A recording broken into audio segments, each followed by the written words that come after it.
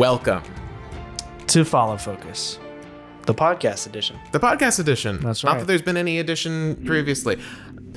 I knew I didn't trust him. Hopefully the I microphone didn't picked that up.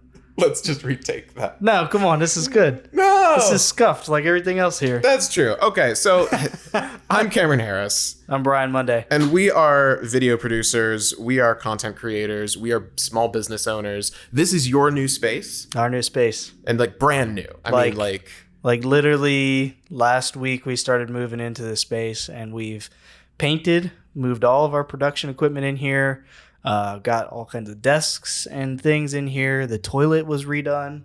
Very important. Yeah. We got a 3M sticky toilet paper holder that I just found out about. No screws. See how long that stays. No on wall the anchors. Right. I'm very curious on about like that a one. semi-gloss paint, so it's just gonna fall off here in a week or two, but maybe not. Everything is a work in progress. Yeah. And that is like kind of the theme of this thing. This first episode for sure. Yeah. This is going to evolve a lot, especially if you are watching this. If you are watching a video version of this, this is going to change a lot because we've got plans for what this is going to look like. We've got vision, we've got goals.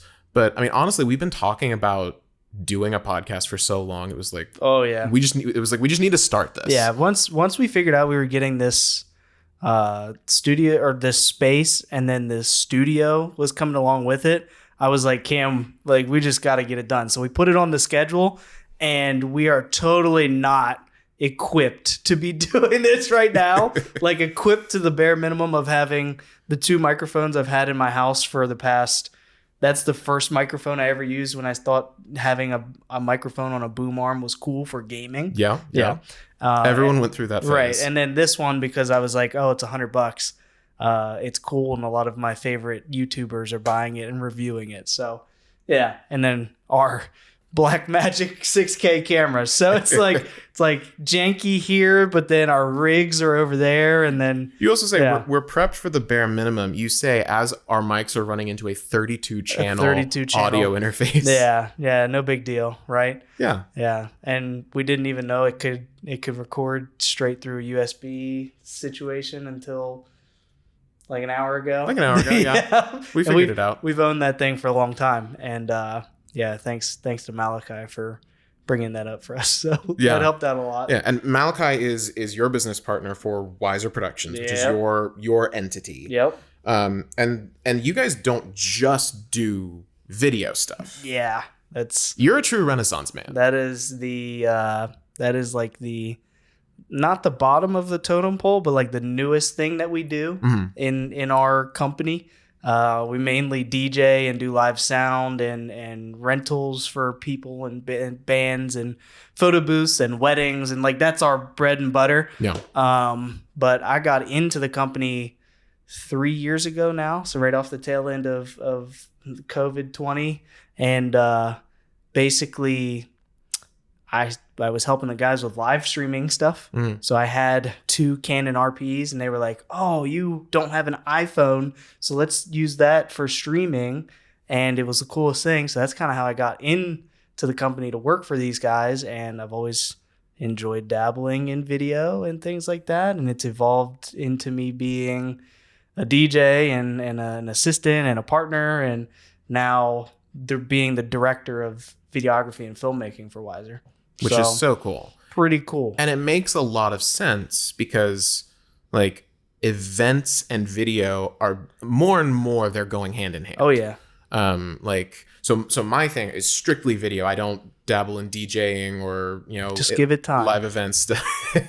We'll see. I've seen like all the extra stuff you have to lug around. How it goes, right? Yeah. He can fit all his stuff in his Tesla. So yes. Yeah. I had to get a bigger car to fit my stuff in. I'm gonna need a bigger car at some point. That's Eventually. the problem with liking shiny new toys is that you keep getting new ones and then you keep having to find places to and they get stash bigger them. and you get more of them, and yeah.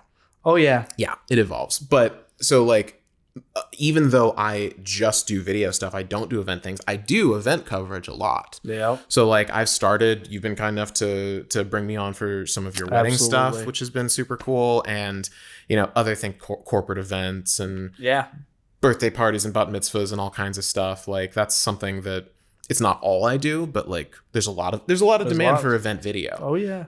Like I remember when I was a kid, and it's probably the same for you. Long time ago. For you. But please. My age starts with a 3. You don't need to rub it in. Mine doesn't. So. Not yet. Wait. Just wait, Brian. It's coming for you. I still got 4 to go. Ish. But like when I was a kid, it was like you had the big like chunky VHS camera. Oh yeah. And you were recording childhood videos. And I just remember seeing those in museums, honestly. Right. But like I think about this a lot sometimes because like I'm eventually gonna have kids, and the quality of what my kids' home videos are gonna look like compared to what mine did, right, is gonna be insane. And not just because like I'm a video guy, like because I'm a video guy. It's just the technology that everybody has a cell phone. An iPhone 8 camera looks better than the VHS film that you and I watched. Watch back our parents' wedding video or like family films or things. Our kids are probably going to be like, wow, our grandparents' wedding film, even though it was shot in 6K, like. Looks like nothing compared to our 30K sensors that they have now. Dad, why isn't this in 3D? Right. Why can't I feel the image? Yeah. Yeah. And pull some Disney magic and start to smell the environment and things. Dude. Well, do you remember like those movies that were like, it's in 5D, and the fifth dimension is smell, and they were like the scratch and sniff cards. Yep. That was so weird. Even as a kid, I was like, this is a stretch. Yeah. It's fun. So it's funny bringing up like family movies because. So I want to talk a little bit about how both of us got into this originally. My thing. So I got into video really, really early. Like I was lucky enough to like stumble upon video when I was like a teenager, and then it just stuck, and I was like, this is what I'm gonna do. Like I fully committed to it. And the way that I got into it was. I was messing around with like the family camcorder. Not from so what I was actually doing was I was doing stop motion with Legos. Oh, nice. Is what I was really doing. Yep. And I for this one shot I was like, I should just record this with I needed someone like flying through the air or something. So I was like, I'll just do this with video and just like flick them across the thing, and that'll be fine. That's cool. So I like took this camcorder out, and this is like an old mini DV camera. So it wasn't VHS, but it was still a tape. Yep. And I was recording with this thing for a couple minutes, and then all of a sudden it was like, oh, tape's out. And I was like, what all is like on here? So I plugged it into my laptop with iMovie. Yeah. And I just like ingested all of the stuff. And it turns out my grandparents had borrowed that camera when they took this like cruise. My grandparents were big cruise people. Oh yeah. They took a cruise on the Baltic Sea. Neat. And they like took this camcorder with them and just like captured a bunch of like just home movie stuff of just like, pointing around at various like landmarks and things. And then they brought it back. They gave it back to my parents and then completely forgot about that. Yeah. They didn't like take the tape out. Yeah. And I think especially like, I think that was a weird era because like VHS camcorders, you could take the VHS out, put it in a VCR, and you could watch it. And it would work, yeah. It would work. Yeah. Whereas like with mini DV, if you didn't know how to like ingest the stuff, the only way to watch it was to plug the camera into a TV. Into it through the yellow, red, and white jack and stuff. Which ended in like a headphone jack. Right. I still don't understand how that even works. So they just like forgot about it like most people do. I saw all this footage, pulled it into iMovie, like iMovie 06 or something like that, and was like, oh, this is all like here. This is kind of cool. let me like mess around with it, try and make something funny out of it. So I made this like mockumentary, like turned it into kind of like an Indiana Jones adventure thing. And then like showed it to my family and was like, this is a silly thing I made. Like, Did they like drop on their knees and bow down to you at that point? Or were they like, interesting camera? They were like, oh, that's fun. Like that's super funny. My grandfather actually, who shot most of this stuff, this man gave me notes. Which, looking back on it, I'm like, oh my god, he was prepping me for client work. Yeah, he was preparing me for like a career in the creative industry. The yellow notepad, and there's just sitting there watching the. Literally, That's awesome. you are joking. That is literally what he did. He gnarly. sat down with me, watched it over the whole time, and was like giving me notes live. My It was hilarious. So he was a very he was a vice president of AT&T. He was very old school corporate guy. Yep. And honestly, I am very grateful for a lot of the lessons he gave me. Absolutely, yeah. As a kid, I was like, this is weird. But now looking back, I'm like, thanks, oh, you Grandpa. were, yeah, it's like you were trying to you were prepping me, whether intentional or not. Right. It could have just been his personality. Oh, 100% his personality. But I think he would be pretty amazed at how much of how much the media business has become an actual business. A business, yeah. Where it's it's not just oh, there's the top 0.01% of the people in Hollywood, and everyone else doesn't make a living doing this. It's actually pretty from my YouTube university studies. Yes. People make some money doing this stuff. Just indie filmmakers. They do pretty well, and I had the same idea when I first started doing things was I've got to film I've got to be a part of the Marvel universe and be filming these things, and that's how I would do it, to make money. But there's a lot of different avenues. I have never thought of myself as a quote unquote filmmaker. Yeah. I think that is a very different thing. And even when I went to college for this, I had looked around and I was in my head, I was like, oh, I want to do video stuff. My parents were, nice enough to actually encourage me to go into a creative field. Yep. And I had been doing this kind of self-taught YouTube university style. Yeah. Come on. Yeah. I mean, I got 8 diplomas there. Oh yeah. If they gave me diplomas, easily, I'd be stacked with them.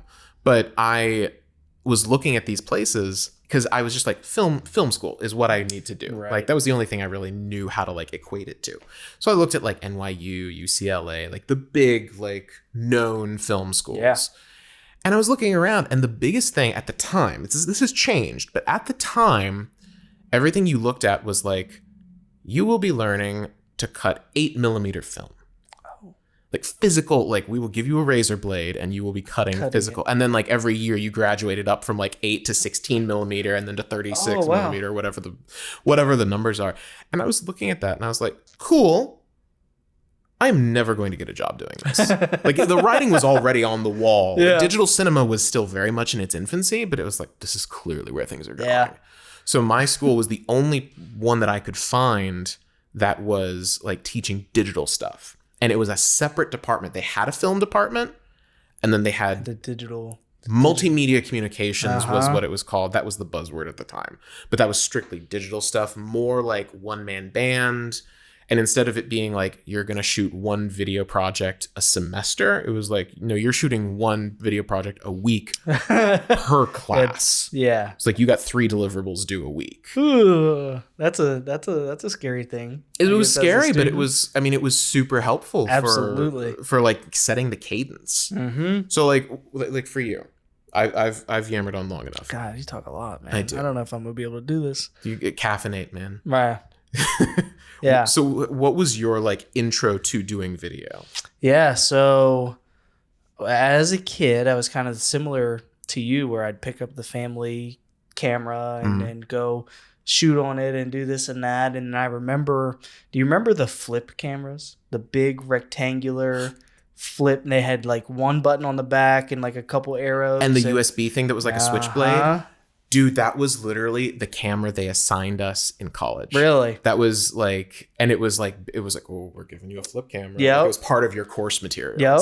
It was hilarious. So we would, that was the first thing I remember ever just being I want that. I was asking my parents, can I get this? I think it was maybe $150 or something like that. They were super cheap, but that was my first step into doing my own type of content creation. And I was literally filming a video last night, kind of just going through my history in film and video and where it's evolved to.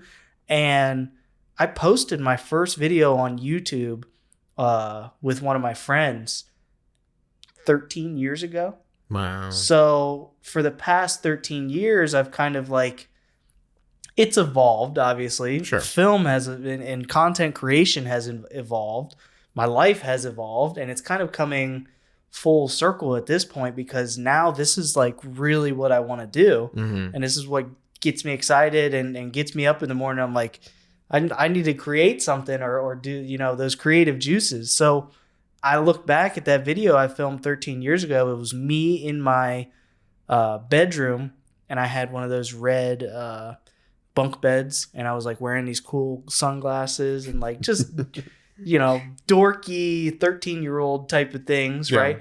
And I look back at that, I'm like, that's where I started. I picked up a camera and was just filming myself like, I'm awesome, like I'm so cool.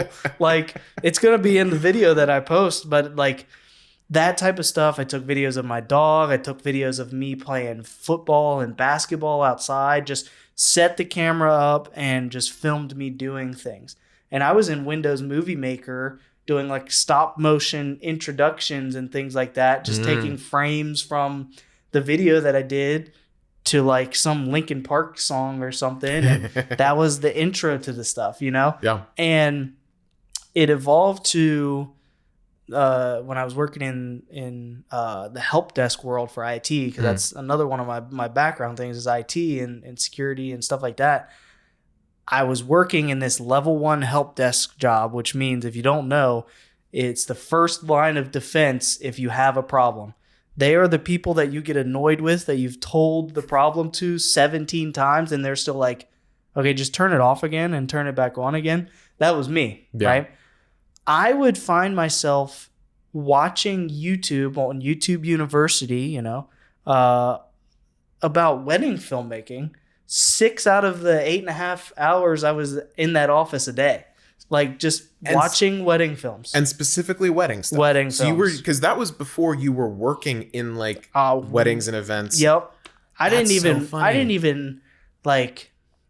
I could probably find it in my search history. It might take me a little bit, but I could probably find the first like wedding film video I ever watched, and I was just like, I didn't think wedding video, because you know we come from. Without a knowledge of having wedding film industry, you just think of your parents in a church with a guy with a little hand camcorder, right? And it looks, you know, it's this big and it's so zoomed in, and you can see every pixel because there's only 10 of them, and like, you know, like yep, like that's the type of wedding film you think of. And then I saw this one, it just popped up on my recommended one day, and I was like, that's amazing. That's like a movie.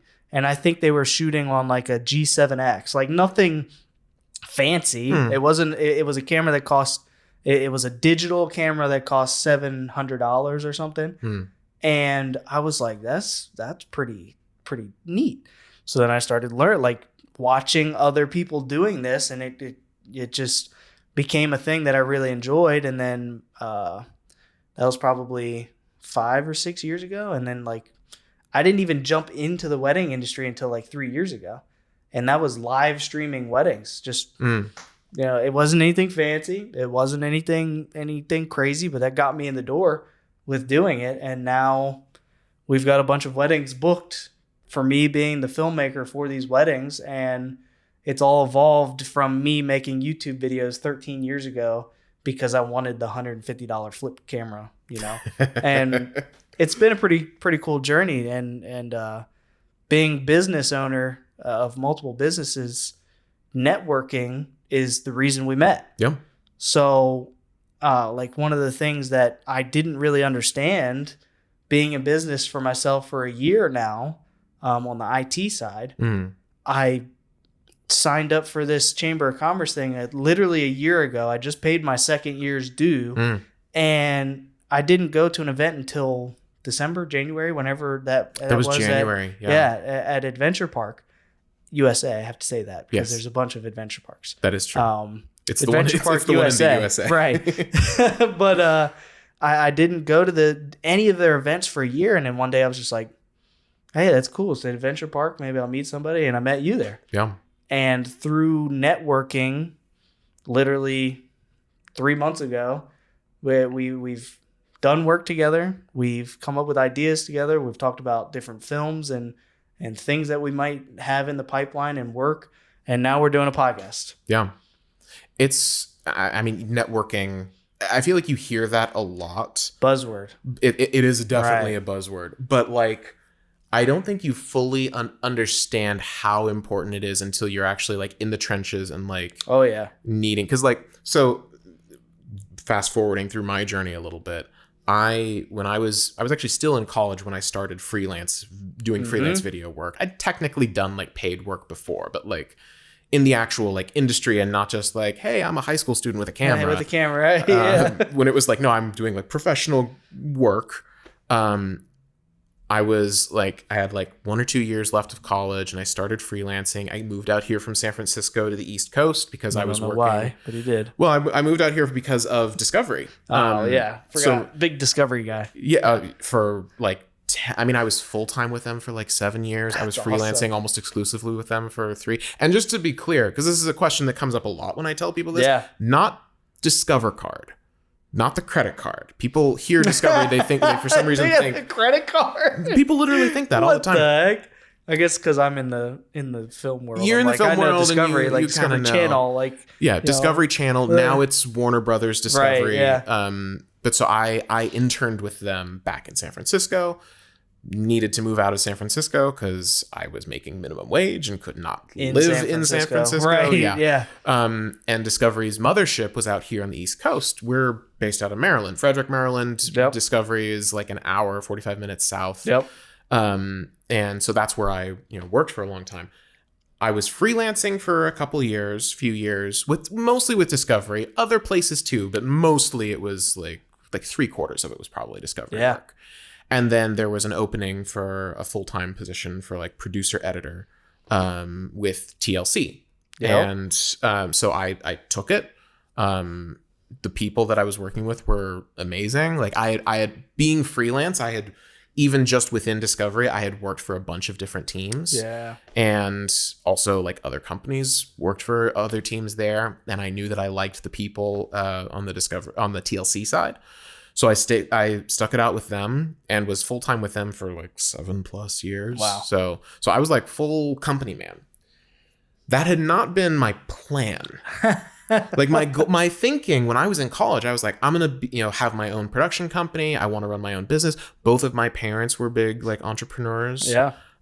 So like I wasn't really exposed to like the idea of having a desk job when I was growing up. Right. Yeah. And so it was never really the intention, but like there are certain elements of having a corporate job that are really appealing. The consistency and like stability of it.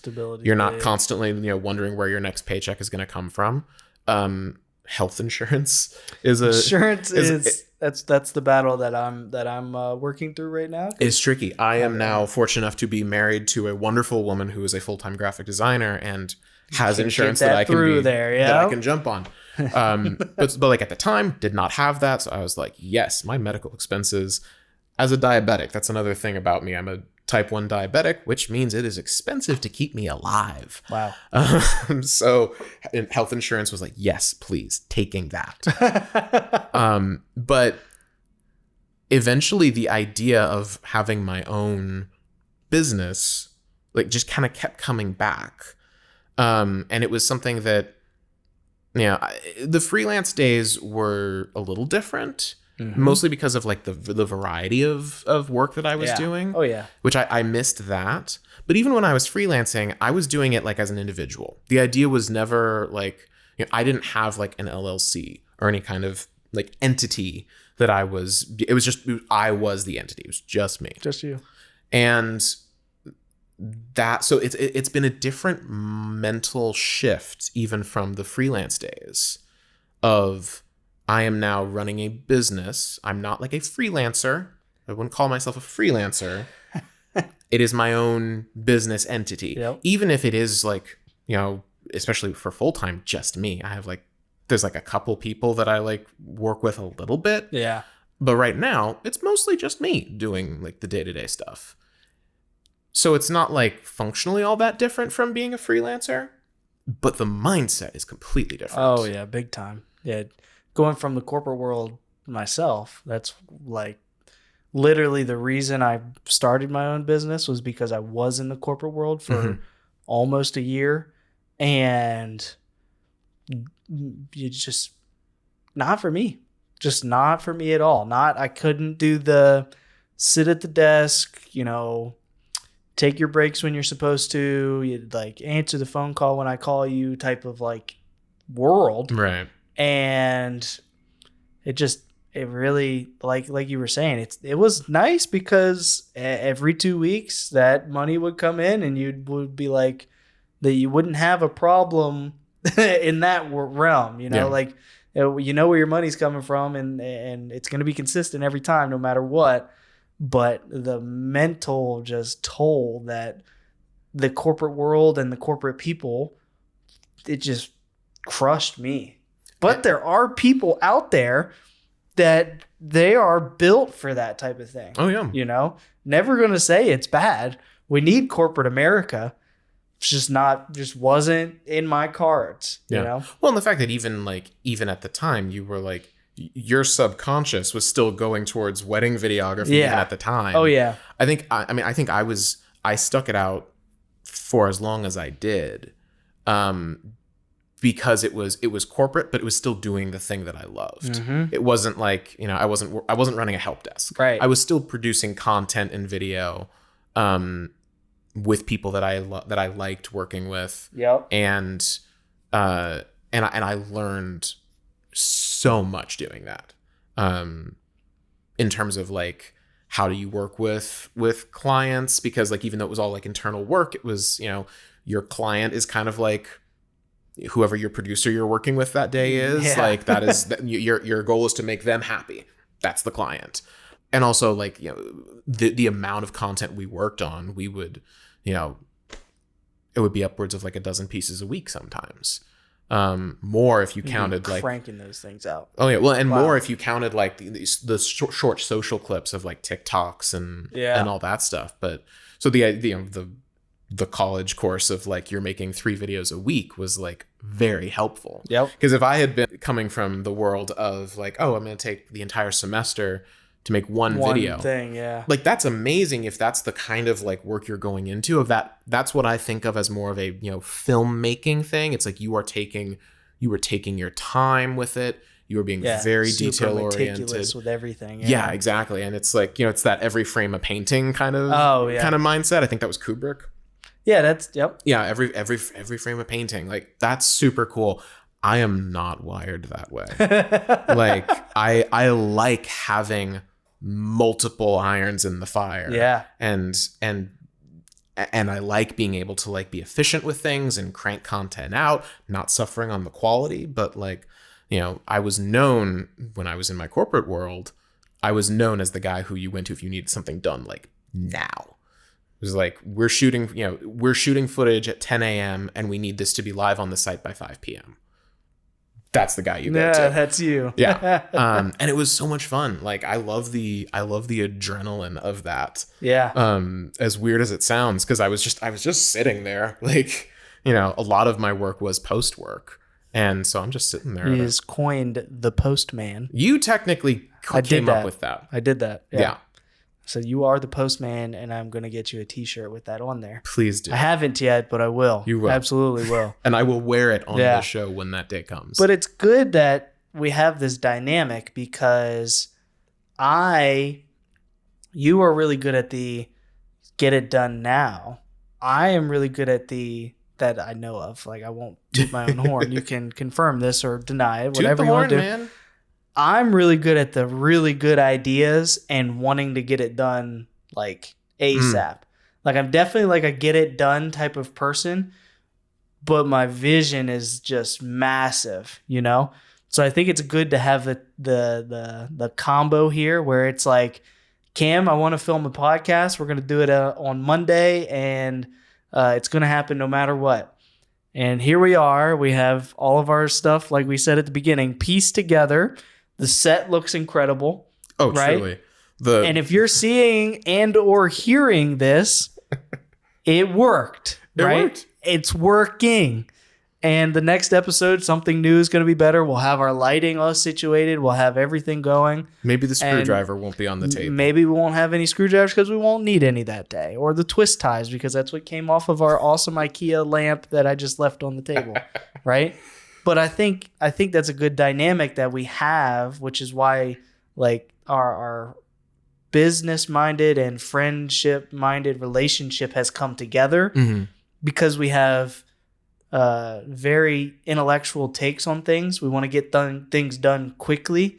We just have a different way of doing them quickly. Mine's like, I'll think of the full big picture idea, and you are like, I'm gonna hammer down like the details and like get those things through. We're at kind of two far ends of the spectrum in that way. Because like I've known for a while that I have a perfectionist streak, and that can be both a good thing and that can also be a very bad thing. Yeah.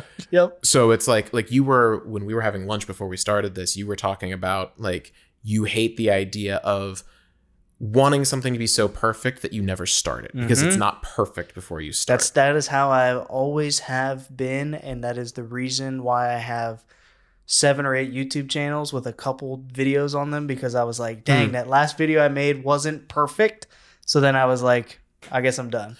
And like not even starting. Yep. Like, because it is very much a balance. I struggle with that, especially in the context of like starting a business. Yeah. I had to really put a lot of effort into the idea of like, okay, no, I'm just gonna like, I am doing this now. Yeah. Like, oh, but I don't have like I literally would think like, I don't have like a full style guide put together for like the branding and the colors and the fonts, but like, how am I going to be able to, it's like, no, you do not need that. Yep. Should you have that eventually?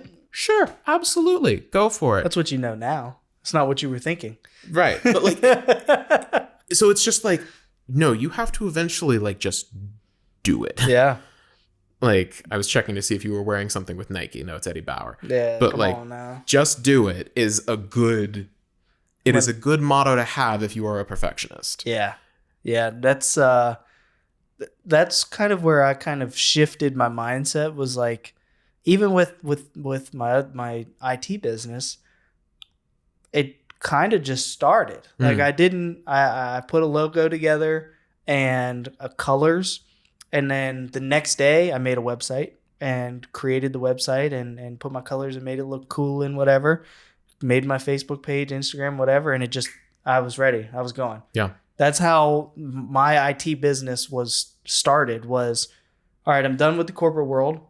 I just landed a 5-figure contract while working in the corporate world. Wow. Managing another business that really wasn't a business, but it's working and it's happening. And I was like, okay, I'm done. Wow. And then literally like within 24 hours, I had a business name, a business, the license things and the website and all the social medias and all that kind of stuff. And I like to get things done, even if it's kind of pieced apart, and I could start tomorrow. Yeah. Like we literally... Like another example of this room had a bunch of crap just in the middle of it when we first walked in here, but it was all the crap we needed, you know? Yep. And then over an hour and a half, we moved the desk in, we got the camera set up, we put the table together. Thank you, IKEA man. Put the table together. We got the mic arms and the makeshift audio set up, but you know, all the pieces are always there. You just have to, you know, we can build off of this. Yeah. You know, that's how the IT business was. I've been building off of it for the past year that I've been in business, and it's working because I continue to step forward. You know, I don't just say, oh yeah, that one camera install just denied me, so I guess I'm done because it just didn't work. Right. You know, like, oh well, there's another one coming. You know, I got to go and keep getting it. And I was on a podcast the other day, and one thing the guy had asked me, he was like, do you feel like, as a business owner, going back to the business owner kind of thing, he's like, once you know you're a small business and you have mouths to feed and like family and like you got to take care of business, because if business doesn't work tomorrow, you're sinking. Yeah. You're done. It's sort of it puts you into a sort of fight or flight. Yep. A little bit. And I think that is how my mindset has shifted from perfection, like everything has to be ready to go and right for me to start, to I have the pieces, I can get it done and we'll do it. Like, I think that's what shifted my mindset, is because if I have the mindset of waiting for everything to be perfect, it'll never get done. And if it never gets done, I'm living on the streets. Like, that's just right. And that's where I think a lot of people in business kind of, that's like one of the downfalls, is kind of like you were saying at the beginning, was like, I just do it, right? Like that's the motto that people like that have to live by, because if they don't, they fail. Yeah. It's like businesses, like the statistic is like the average small business only lasts 3 years or something like that. Wow. Honestly, that's longer than I would expect. Yeah, honestly, yeah. Yeah, because if I quit my 9-to-5 job and started a business and it didn't work in the first month, I was screwed. Yeah. like I wouldn't have, I lived in my parents' basement at that time, but like, if it was now and I just left my corporate job, I'd be screwed. I got bills to pay. Yeah. And if I don't pay them, then I don't live in the house I live in, right. It doesn't work. So that was one of the like eye-opening things when he asked me that question, was like, do you feel different now that it's fight or flight or like live or die? I'm like, yeah, I feel passionate and motivated and like ready to go through these things. And that like my fiance has said, like, don't you feel anxious? I'm like, yeah, that anxiety is like my fuel and makes me passionate and excited. And it's like a different way of thinking of anxiety. My anxiety is like what pushes me forward instead of holds me back, because I know once I start to take action, things just roll and they just keep working and keep going. And if something messes up, I have the ability and the resources to fix it, but that's because I started. It's because I took the first step forward and the next 10 steps and the next 15. Yeah. But if I would have waited for everything to be perfect, I never would have took the first step. It's funny you talking about anxiety that way, because that is something that anxiety is something that has always been like, it's one of my core like emotional building blocks. And it's something that I like have gotten a lot better at managing over the years. It's always a work in progress. Right, yeah. But you talking about using that as fuel, because I think sometimes what I think of my anxiety in general, but especially around the business side, as something that I need to figure out how to make it so that I don't feel that. Right. Because my anxiety has been like borderline debilitating in the past. So I think of it as something that is like, no, I don't want that. Like, I don't want that at all. Yeah. But something that I have started to kind of piece together, and you giving it words even kind of crystallizes it a little bit more. Thank you. Is yang, using it as fuel. Yeah. And you're like, so like I'm feeling like this anxious energy about something, putting that into something productive. Yep. And it's interesting to something that I've noticed when I go on shoots. I always have butterflies going into shoots. Yeah. Always. And it's just like, I'm an old theater kid. It's like going on stage. You always have that kind of butterflies. Even if it's a show you've run like a dozen times. Yep. It's like you're still going to have those butterflies. But when I actually get there and I'm like, okay, I'm on the camera now. Like, we're actively doing stuff. Nerves are gone. Yeah. And if something happens, like, oh, the lighting changed, or this piece of equipment broke down, or should have brought this thing but I didn't, you can always, like, in the moment I don't panic, because I'm just like immediately going to that place of, okay, problem solve, here's how we fix it, here's how we get the shot. Yeah. And then it's just like, cool, done. I've never had something go wrong to the point where it's like, well, the shoot's ruined. Yeah. Like, can't do anything. It's only ever in the lead up. And which is funny, because my version of perfectionism is like, I want to be as fully prepared as possible. So like, I will oftentimes show up to shoots with twice as much gear as I end up using. because I would rather have too much than right, too little. than not what you need. Yeah. But even then, I'm like, oh, I should have gotten this, and oh, what if this one thing? Like the scenarios I will have in my head are truly ridiculous. Of like, what if these 3 separate audio recording things all fail? I don't have a fourth. That's a problem. Like, that's where my mind goes. Yeah. So the idea of transitioning that out, and also like knowing like I'm gonna be fine. Yeah. I'm gonna get there. I've got what I need. Like, I can make it work no matter what. If something unknown comes up, I can deal with it. Mm-hmm. And that is like, I know that in shoots, and I'm starting to develop that sense in business. Yeah. Starting to. Like, there's still like a lot of unknowns, and there's things that I don't know that I don't know. But it's getting Ain't there. that the truth? Yeah. Seriously. Like, I'm coming up on 2 years of doing this by myself, and it's or on my own, like as Harris Makers. Yeah. Which I don't think I actually mentioned the name. Harris Makers is the entity of my production company.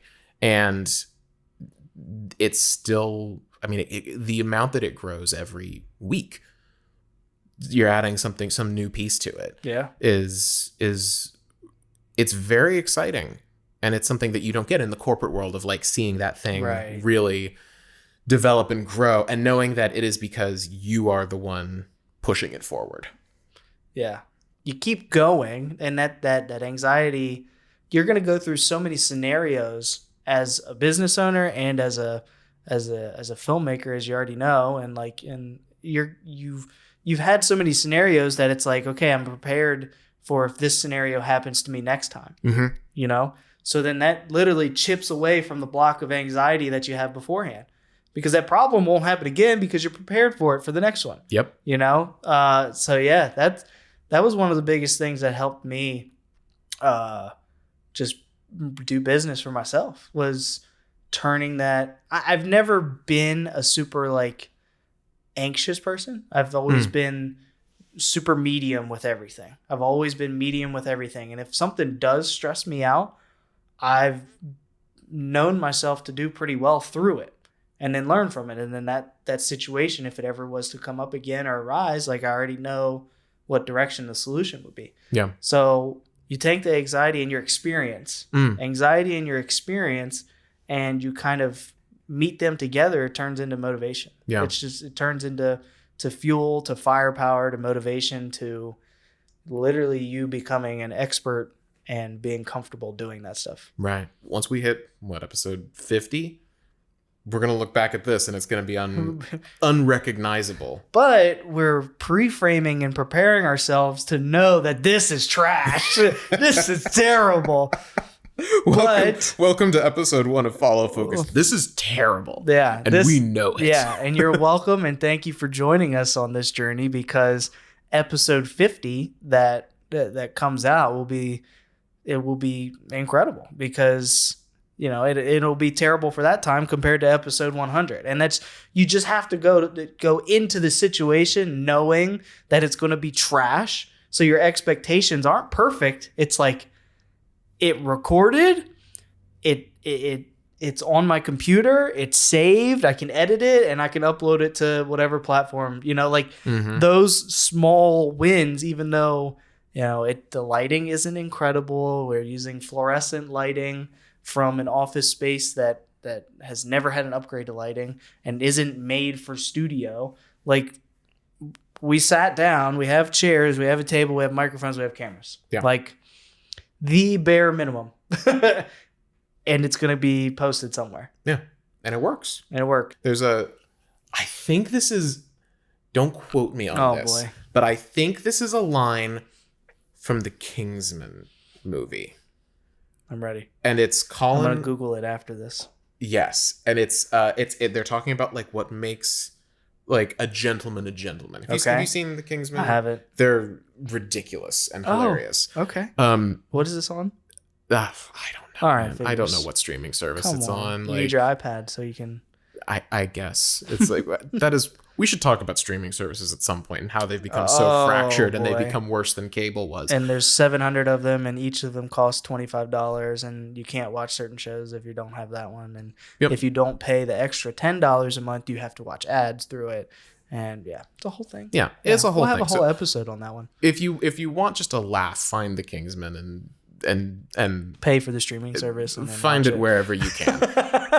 But they're talking about because the idea is they're these secret agents that are all very gentlemanly and posh and all this stuff. And the new recruit, it's all British, and he's got this kind of all right, kind of Southern accent thing, and everyone else is very posh and things. He's like, are you gonna teach me how to speak all fancy like in My Fair Lady? And the guy says, no, being a gentleman has nothing to do with your accent. It has nothing to do with being I'm going to paraphrase this. It's not about being superior to your fellow man. It's about being superior to the man you were yesterday. Oh, wow. I think that feels like it might be that he's quoting someone else. Right. That's another quote. That's a quote from a quote. Yeah. But I think that is always the goal. Yep. Is just be superior to who you were yesterday. Nice. Episode 2 will be better than episode 1. Yep, hopefully. Right. The next video you make is going to be better than the one previous, and it will always be such. Yeah.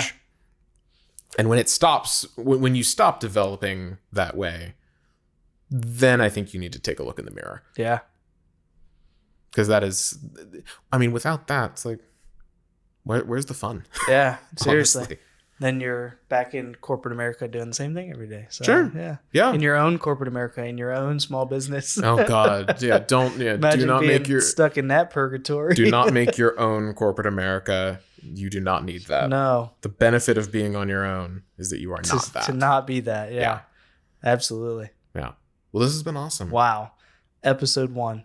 Episode 1. We dove into way more philosophy than I thought we were going to. That was great. But that was lovely. Yeah. And if you guys didn't really understand the premise from our little trailer and stuff like that, this is what these are going to be like. It's just going to be, free flowing, talk about things that are going on in the world and the community of creatives and that kind of stuff. And maybe bringing cool people on down the road. It's episode 1. We've thrown this thing together like Frankenstein, and we have a good idea and path and goal for it. It's just going to be super casual unless one day we're corporate America follow focus podcast, but I don't think that's going to happen. When you see the little TM, right. The TM next to the logo that we come up with. Yeah. I don't know. That may happen sooner rather than later. Oh, true. Yeah. But we will see. And for everyone watching, listening, thank you for joining us on this, and let us know your thoughts. Let us know what you would like to see and hear out of this. The comment sections on iTunes and Spotify are open to you. Mm-hmm. So by all means, let us know what you'd like to see. If you've got any ideas, topics, guests, anything. If you want to come in and build the studio, you can do that too. You can provide the labor. Yeah, that's what I was saying. You can provide the labor. We have too much fun planning it. Yeah. Yeah. If you guys can hang these lights for me, and then program the Wolf mix over there, DMX, and mount the TV and do all that stuff, that would be super helpful. Yeah. It'll probably be done before you see this, so it's fine. And I'll do all the work. In which case you were too slow. Yeah. You should have known. You should have had that foresight 2020. Really should have. Yep. But thank you guys so much. I think it is fair to say this is a co-production of Wiser Productions and Harris Makers. Yep. And it's going to continue to evolve, and we are excited to see what it turns into with all of you. Yeah. Thanks for being here. That's a wrap. We'll see you guys in the next one. Peace.